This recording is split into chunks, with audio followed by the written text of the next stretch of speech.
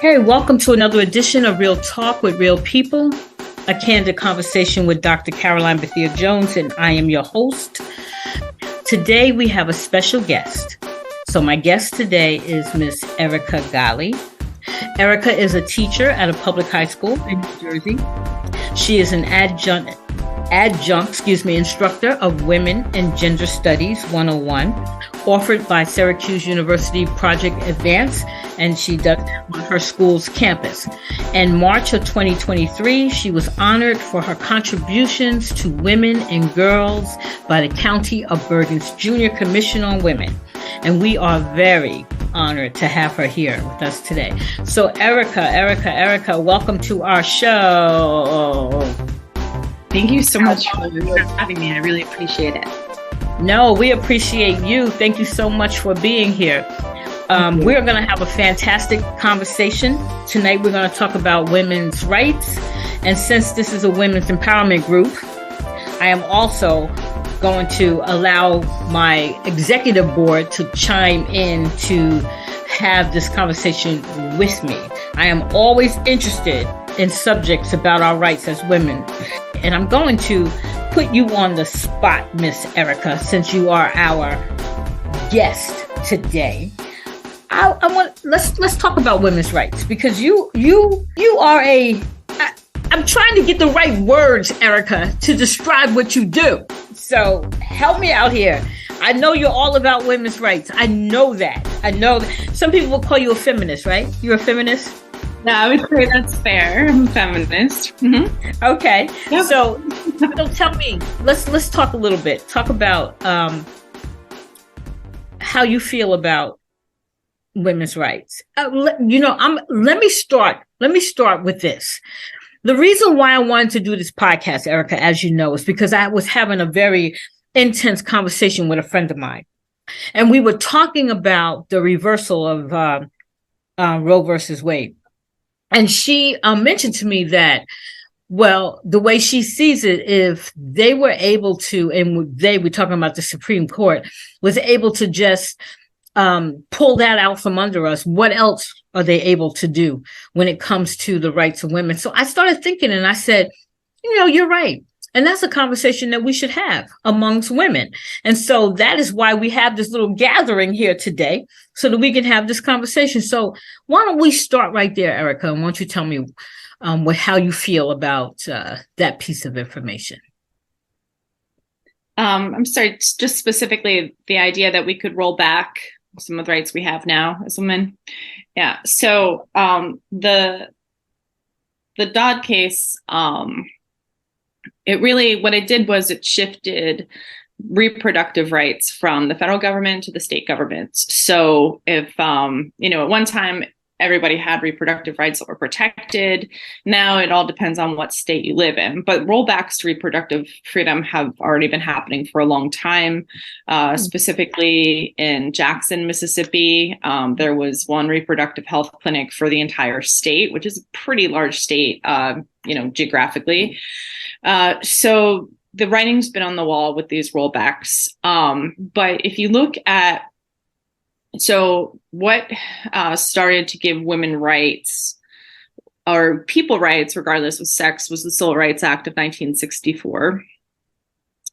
And you can see already with issues of disenfranchisement and voting that aspects of that act have been rolled back since its passing in 1964. So if you look at the Shelby County v. Holder case, which is in the mid 2000s, that case, basically the Civil Rights Act said you Southern states that were most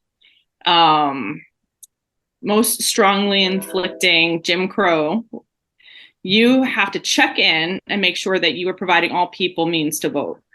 Now, that was overturned, or that segment of the law was overturned in this Shelby v. Holder case. And it was 2013, I think. And since then, there's been 14 states that have more voting restrictions. So I understand that's a different conversation because we're talking about rights based on race and ethnicity. but we can see how quickly things that have been established for a very long period of time can slip through our fingers if people aren't paying attention. So, there's other areas of American life, American society where laws have been created to protect people, to promote equity, have been rolled back because of these court decisions. So there's no reason to think that things couldn't keep slipping. Okay. I'm hearing everything that you're saying, but I'm still not liking anything that you're saying. I don't like it either. I don't like any of it. No, seriously, because from the little bit that I know, it makes me think that at any given time, life as we know it can be different. And I know that's a crazy thing to say because that's what's been happening all along. It always happens. But I guess when we live in a certain time now where we think that everything is according to plan and we're doing what we want. And, women are doing it for itself and, all of this stuff. But the truth of the matter is, I feel sometimes like it's almost like a carrot dangling in front of you. And at any given moment, that carrot can be taken away. Is that far-fetched or? Well, look at the pandemic. When the school shut down and parents had to take care of facilitating lessons at home, it was women who left the workforce. It wasn't men. Men just kept climbing through their careers, and women left their place of work to take care of those responsibilities. So I guess that would be a really modern example of how, even though we've had advantages, I think, most of us probably work, here, we're the first ones, our careers are expendable. They can easily be erased, whereas as men don't have that expectation. Well, some could argue that mothers are needed in the household. And so it made sense that the mothers would hold back their working to take care of the kids. The kids have to be taken care of, right? Mm-hmm. But you don't actually think it should be women all the time who sacrifices their careers to take care of the babies. I think that is, obviously something that should be discussed within a family. It's their, decision, but it is the default. Okay. All right. So I also have on the line a couple of my colleagues, Lexi Sims and Vicky Sims. And Lexi, you're being younger, a different generation. What are your thoughts? I'm curious to know what you're thinking right now, because I'm looking at you and you look like the wheels are turning. So what are you thinking right now? I guess just to, when it was mentioned that when the pandemic happened, most women left the workforce to return to home, and the default or the expectation is women are to raise the children and take care of the home. I guess as someone that's a bit younger and does have two married parents, and seeing my friends either be stay-at-home wives or the primary caretaker, I don't know what the word is, but I don't think it should all be on the woman to raise the children, especially even emotionally. I understand that historically women have been the emotional and mental health caretakers of their families. But as someone that does have mental health concerns, I think and for other children that also have mental health concerns, I think it's beneficial when it's the mother and the father. I think it puts a lot on the mother to be a caretaker, not financially, but like clean the home, cook, mentally take care of the children, emotionally take care of the children. It just seems like to be a lot. And I like it when my father checks in on me, like, how are you? If I tell him I'm stressed, why are you stressed? Checking in with me. As someone that has I have friends that have fathers, I think they also would like that mental health, emotional check-in too. So as much as it's a default or expectation for women to take care of the home. I do think there needs to be an expectation for men too, to provide more than just finances, to provide that emotional mental health check-in. My dad's a great financial caregiver, but I know there's times we would like for him to join movie night. He thinks that he's, just has an older mentality. But I know the fact that he is all women, we want that emotional connection. We want him to have movie night and such, and great, and be like physically present, not just financially present. So I just think as time goes on, I think there needs to be an expectation from fathers to provide a bit more than financially. That's just, my opinion. All right. So Erica, women are taking bigger roles outside of the home these days. We have women who are vice presidents, who are presidents, who are running companies, and women really are doing it for themselves when you really stop to think about it. So I guess the idea of a woman who has already established herself in the business world to have to now take a back seat for, I don't want to say domestic duties, because raising your child is your child. But what do we say to women who are in those positions? You mentioned 2020 and how we had to make some changes. I know for a fact that there's a lot of men who began staying home or working from home, and a lot of women who actually stayed in their positions, in their high positions. So can you speak to that, Erica? Yeah, sure. I think, the data. So anecdotally, we, probably all know families that had dads that stayed home and cared for. And I'm going to say something, I mean, no disrespect by it at all, but fatherhood, like biologically, is required at the moment of conception, right? So everything that happens with fatherhood is social. So it's like the social norms, or people are conditioned to what it means to be a father, like what Lexi was saying, being an economic provider, financial provider.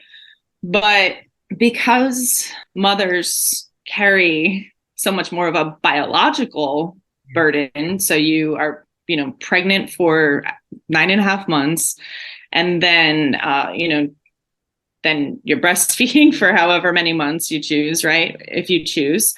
But all of this is actual physical, biological connection between the mother and her child. Right. And it's not that men can't form emotional bonds, but it's required by nature. These things are required by nature. Babies grow in a uterus, whereas it's not required of men. So even what you're talking about with women who've been able to be successful, right? Climbing the ladder. So here, I'm here, man's here. We start out of college, right? We're climbing. I decide to have a baby. I'm going to have to stay home for a while. Yeah. Right. My body is not going to be, and meanwhile, he is just, elevating and progressing through his career. And because of that, women have fought really hard to have more of a presence in the workforce, but we get almost like 2 jobs, right? We get to go and have our full-time job in the office where we have to prove ourselves there.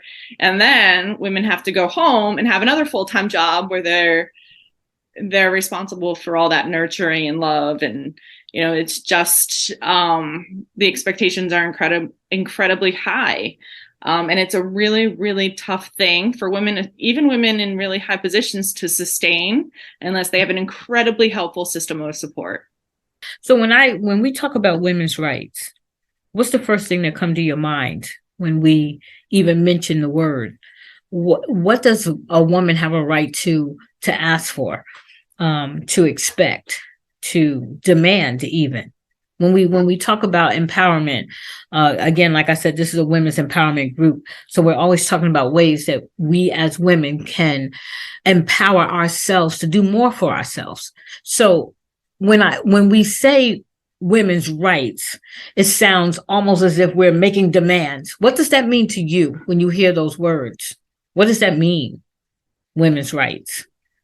To me, it means having the right to have autonomy, to make decisions that are best for yourself, your body, your mind, your family, and being able to have that autonomy versus and being able to fight for the right to have that autonomy and not just allow other people, strangers that you don't know in this world, in this country that you will most likely never ever meet, not allowing them to make the decisions for you in your life. So that's what I think about women's rights, like the autonomy and the legal right to have that autonomy. Okay. Erica, what do you think? In terms of, in terms of women's rights, my eyes have really been opened by the class I teach, the Women and Gender Studies class. My professors are, my one professor is Palestinian and my other professor is African American. And a lot of what I knew about women's rights and the development of them over time were like the suffragists, like your Susan B. Anthony getting the right to vote. And then it was in the 60s and 70s, Gloria Steinem and Bella Abzug. But it's always been kind of taught to me as these three waves of feminism. And the reality is that that narrative is missing a lot of the story of the various people who've contributed to women's rights in this country. So when you ask about women's rights, I'm asking well, what kind of women are you talking about? So I'm talking about all women, actually. No, I know. But the thing is, the fact of the matter is that, our earliest traditions of feminism and women's rights came from indigenous populations of the Americas. I think, most of us in this chat would be familiar with Sojourner Truth and the Ain't I a Woman speech.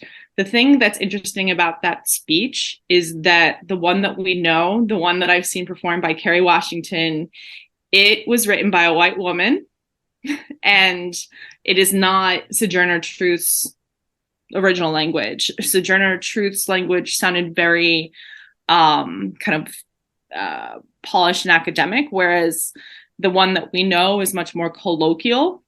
And it was written by a white suffragist in order to appeal to the abolitionists, to paint a story of a woman who was more uneducated and more broken than she actually was, in order to leverage that myth really for her own cause.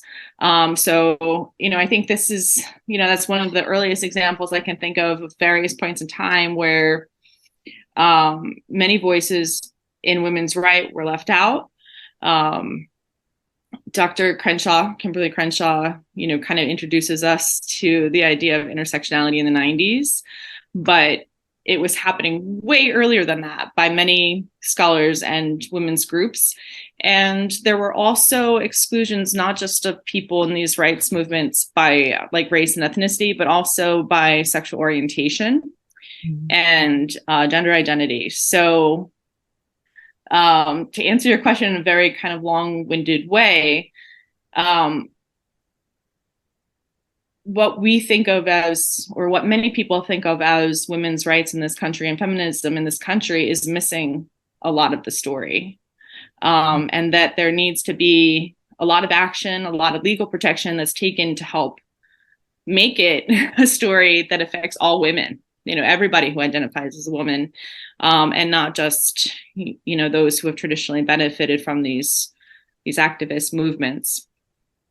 Right. I hear what you're saying.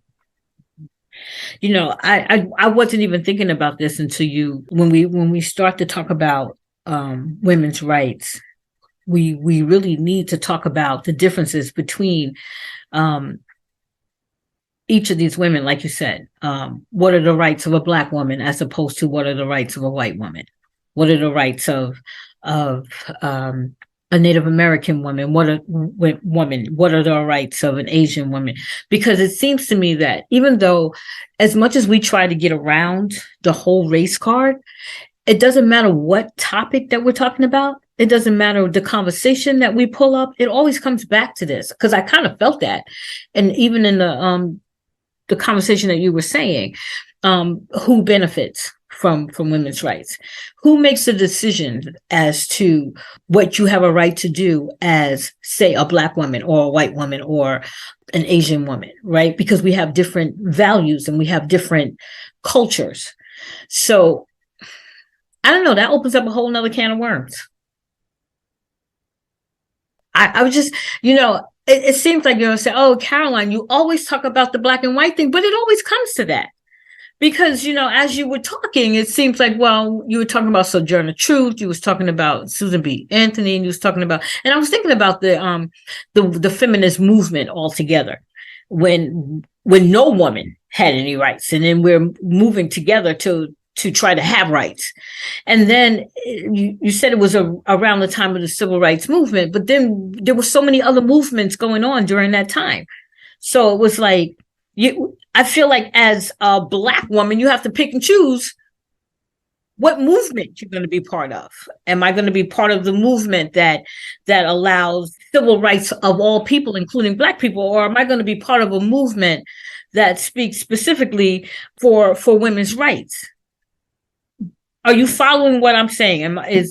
Are you all confused, or are you all at least following what I'm trying to say here? I'm following what you're saying, Caroline. And thank you, Vicky. Yes. And when is it Erica was our guest speaker? When yes, she was Erica. talking, I was thinking of the 60s because I was born in 55. Mm-hmm. So I'm aware of the women's movement. Right. And it was mainly for white women. Black women joined the movement, but did we benefit from that movement? When I reflect, did we really benefit? And even now today, they don't think about Black women rolling back Roe versus Wade. They don't. For me, I think they just want to make sure white women aren't getting the abortions because they don't want their population to diminish. Okay. That's just how I feel. And you're entitled to your feelings. Does anybody want to add to that? You're shaking your head, Erica. So you obviously agree. Yes. I mean, even if you take race out of it and just think of it as a total class thing, people with financial means are going to find a way of getting access to reproductive health. People without financial means are not. So if I'm a wealthy person, my parents or whatever are going to fly me to California where I'm going to get safe health care. If I don't have those financial means, if I don't have access and ability to get someplace, guess what? I'm basically forced to have a child against my will. So I think that sorry, Vicky, I think I agree. I think that these reproductive, I think that they're especially an assault on Black women and especially assault on poor Black women in this country. Yeah, absolutely. And my thing is, when they talk about they're pro-life, and if you're from an economics that can't afford a child, and you're taking away these social programs that's going to assist me to raise my child. So you're not pro-life, you're pro-birther, because after the child is born and my economics and there's no resources for me, what am I to do? And then I'm characterized as a bad mother because I can't provide for my child. When it comes to, I think maybe it was you, Miss Caroline, that asked when it comes to women's rights, who are the women involved in these conversations or who are involved in these conversations. It doesn't appear that there is a wide range of diversity in having the conversation regarding women's rights. It seems as if as an American, you're supposed to vote, majority rules, and then whoever the majority rule winner was, that's who's advocating for you when it comes to these laws, like state laws or federal laws. However, it doesn't appear that that person, that elected official that's supposed to be representing you as an individual, representing your county as a group, it doesn't seem like that elected officials making these decisions with their people in mind, the people that they're supposed to represent as far as their county or their state. They're not making these decisions with them in mind. So it's like they have these campaigns, they speak these buzzwords. When it actually comes down to rulings and such, it's like, did you forget who you were talking to? Did you forget who you're supposed to represent?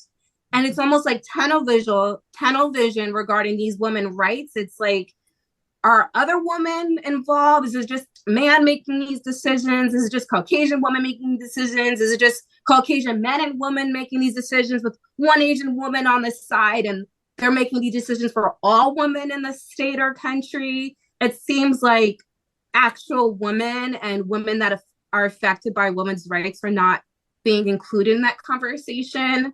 And for me, it's like a big question mark, and why. So, Erica, if I ask the question, what do women need to consider when they're thinking about their rights and the possibility that their rights can be removed? What do they need to consider? And I'm talking all women right now, all women from all walks of life. Well, that's a multi-layered question. It is, but I know you can handle it. All right. So,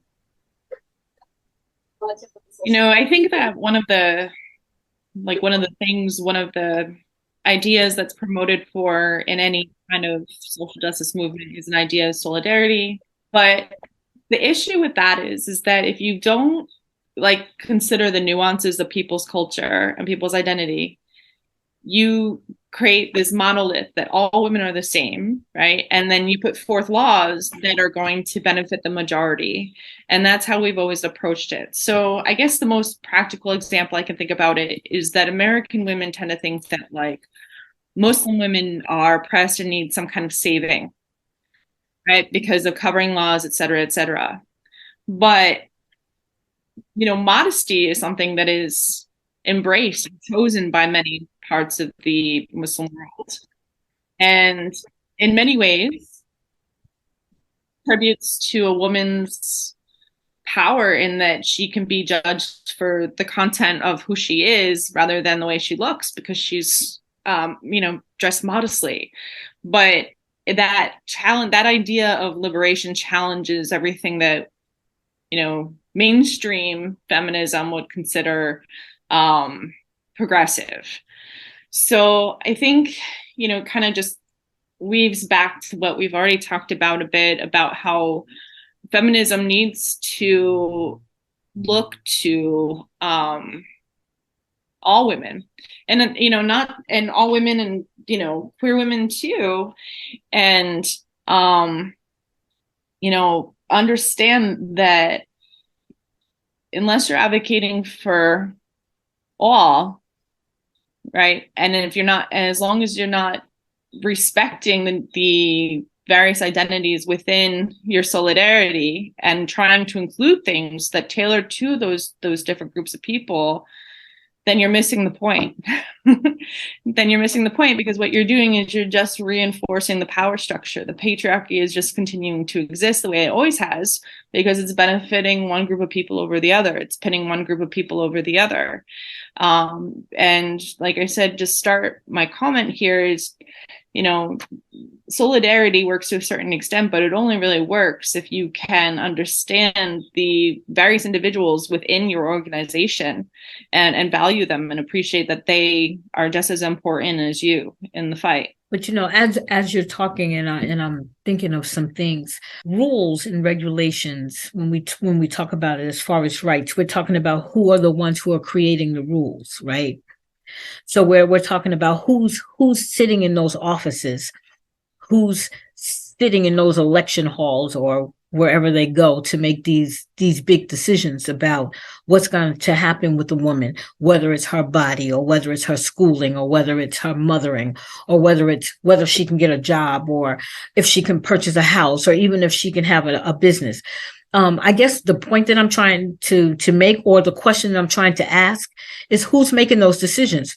Because if there's no diversity in the decision making, if you don't have a group of people that's sitting around the table that look like every denomination that you're making rules for, then someone is bound to get left out.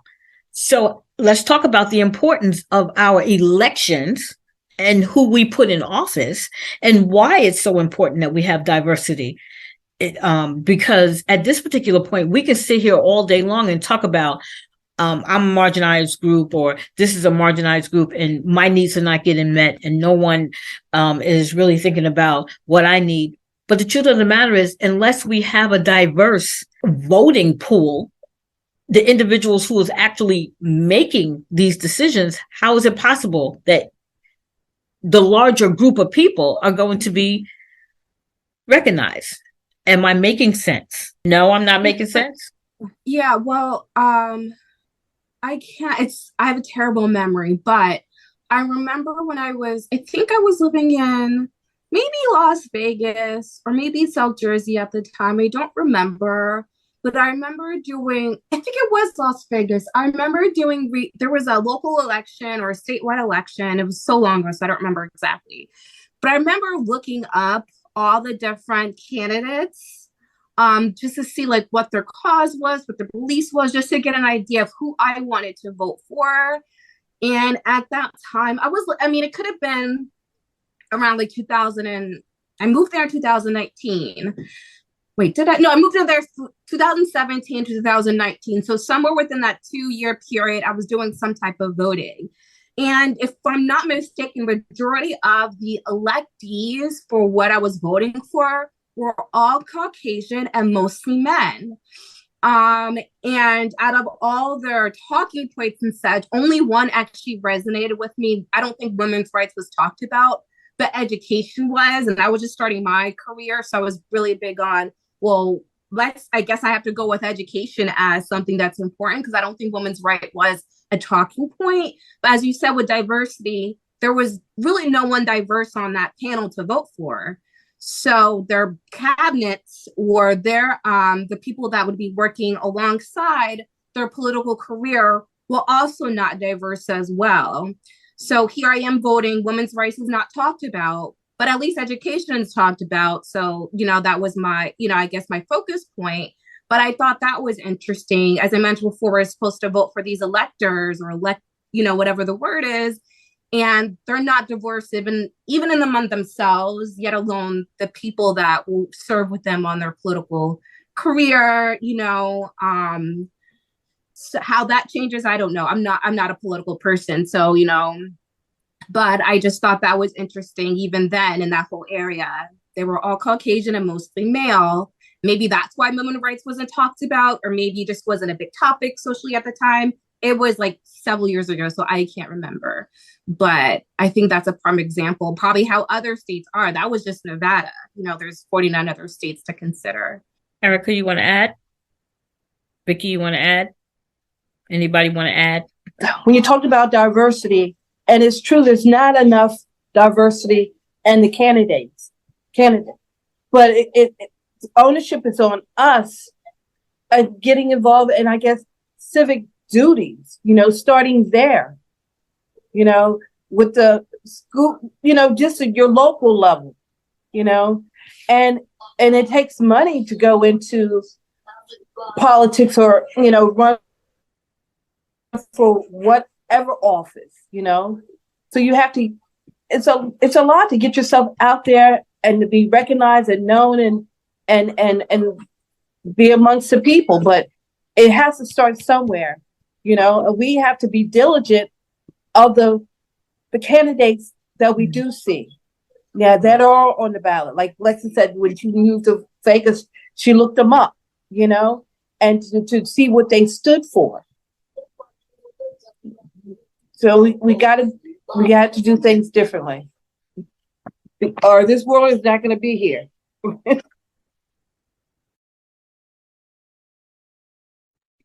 Oh, I think Vicky is exactly right. I think we put so much stock into federal level politics, President Trump, Joe Biden, but where things happen, where people have a chance of being elected that are outside the mainstream is locally. School board, I don't know, being even elected as a union representative, Dr. Jones, going for our, nobody the masses have no idea how important those elections are and how much they have the ability to pivot.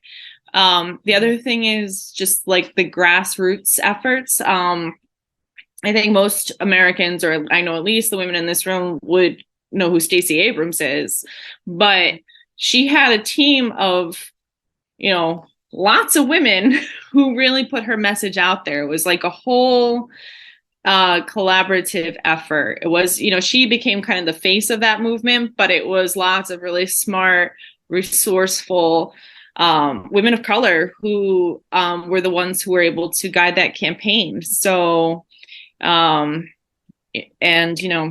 had its limits, but she's been able to achieve a national audience from a very local grassroots organization. So yeah, I think Vicki, your point is just, I agree completely with that. So let's stay there for a minute, Erica. And how can women who know nothing about how to get involved, how do they start? How do you get women interested? How do we get women to run? How do we get women to take their rights seriously? I mean, a lot of women don't even vote. A lot of women don't come out. A lot of women, we have a lot of women who do. I'm not trying to diminish the ones that do literally take it serious enough to come out. But for those women who may not have in the past understood their ability to do something that can help, what is your advice? How do they get started? Where should they begin? What advice would you give them? Well, I'm embarking on my first campaign now. Currently, I'm running for office in my town. And I think that the starting point is really just going to meetings, like going to town council meetings, to like looking at your tax bill and noticing like, why am I being, why is my rent or if you own a place, looking at your tax bill, why are my taxes increasing? If you rent a place, why are my rents increasing?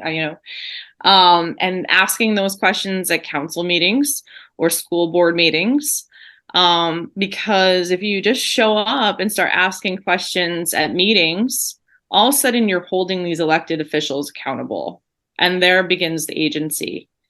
If you just assume nobody wants to hear from me, I'm just so-and-so, they're not going to listen to me anyway, then they'll just continue making decisions without you. And you still don't have the opportunity to say anything about it.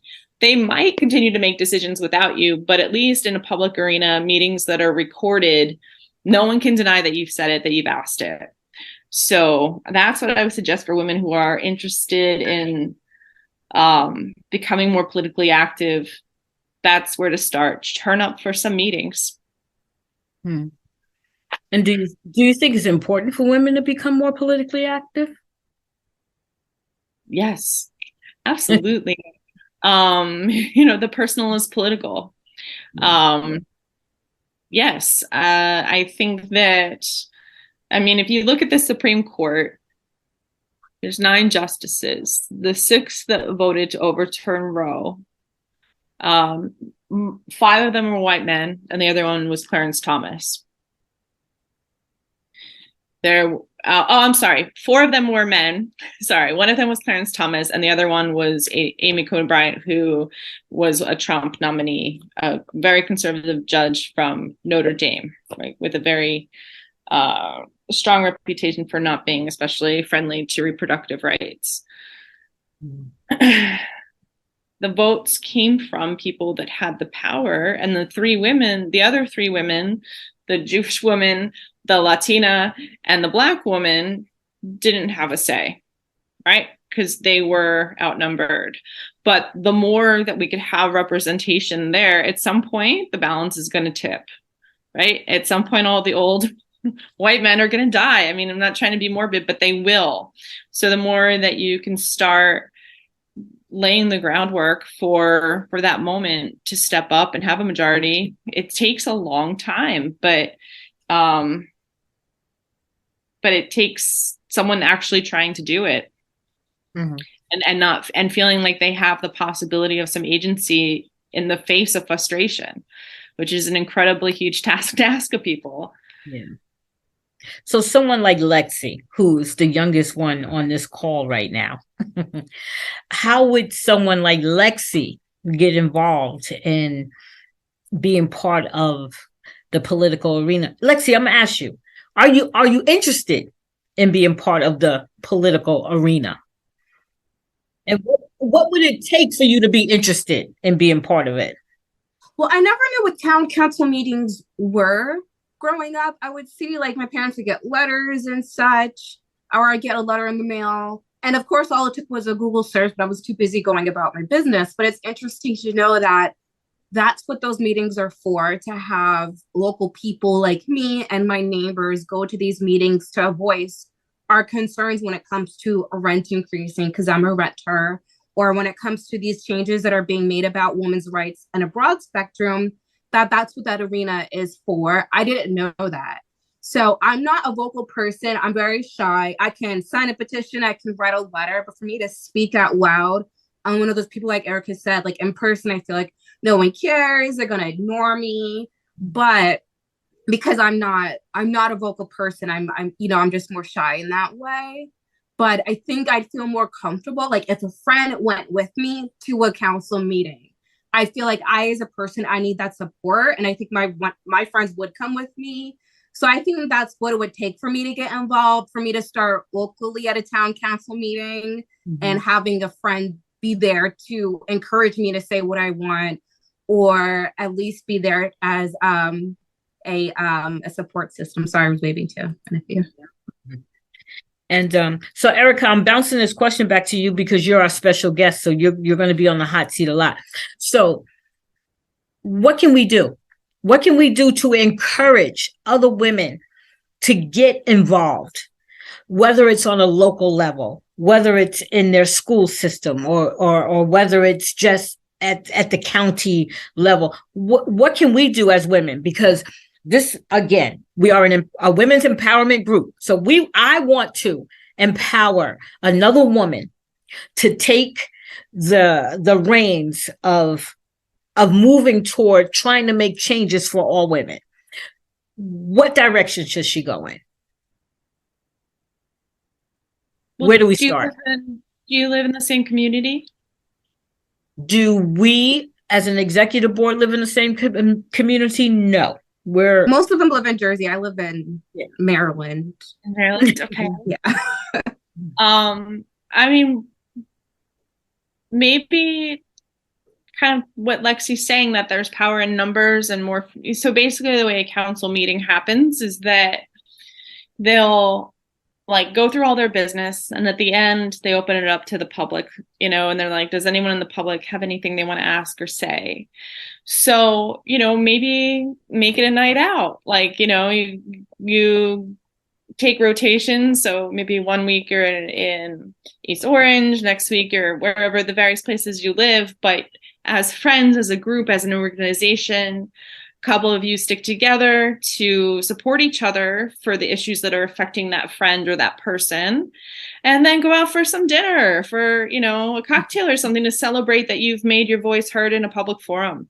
And that's how I think you build community. I think that's how you build grassroots efforts. So I think Lexi had it right on, as far as that a lot of women feel like they need the support of others in order to feel safe in that space, especially a space that has not been particularly welcoming. So do it for each other. Okay. Vicky, do you want to add anything to Erica was right. Going to whatever town you live in, going to the local meetings, the Board of Education. If you have children in school, going to back to school night, the PTA meetings, and that way what's going on in your child's school, in the school district. So when they want to come and start banning books, that you'll be present and be able to have a voice. Okay. All right.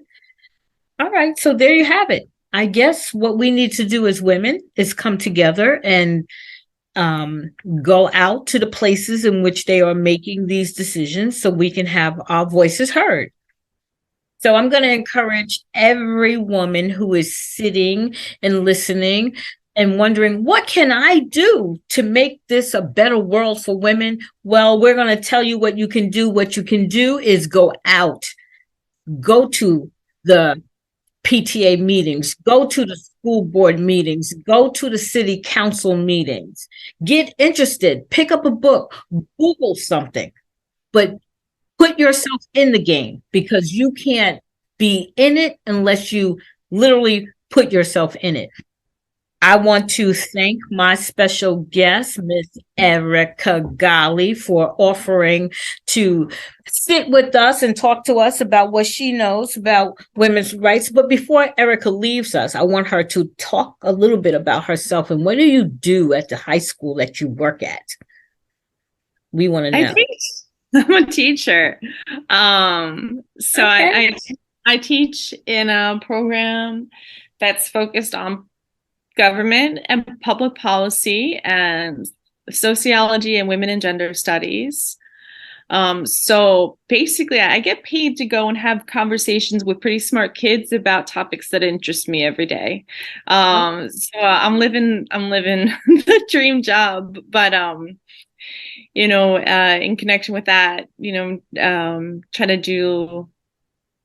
try to teach some of what we talked about here in terms of like how to become involved locally in government, how your local government matters so much more than the federal government because of your accessibility to it. That's what the message is in my classroom is you can do it. You can have some agency, even if everybody's told you you cannot. You just have to kind of show up for it. And that we'll be here to support you. Okay. And that's going to be our message here tonight. You can do it.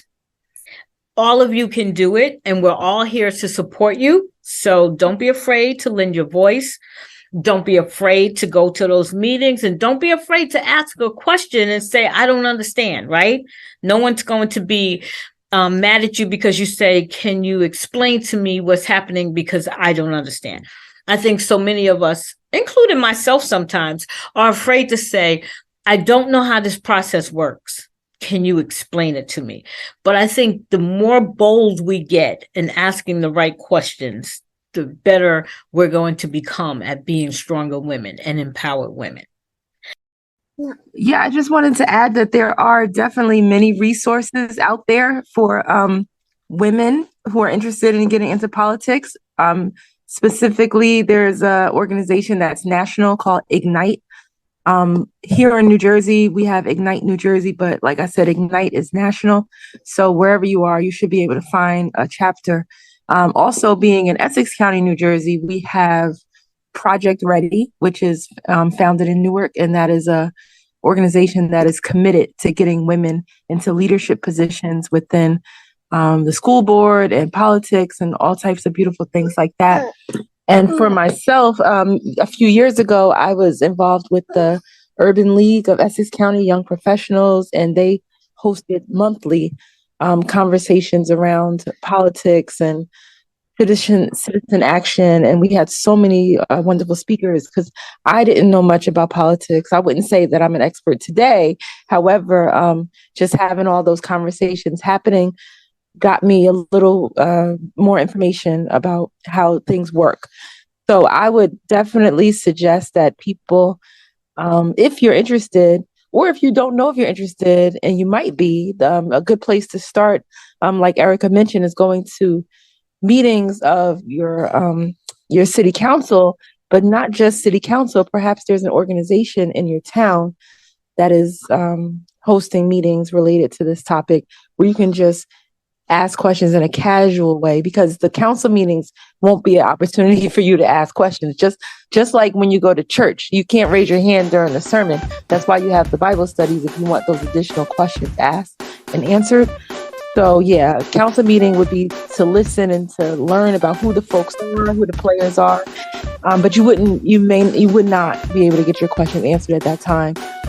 So going to the local organizations that follow these subject matters would be your best bet to have that hands-on activity. Okay. That was actually good. So you have been listening to Real Talk with Real People, a candid conversation with yours truly.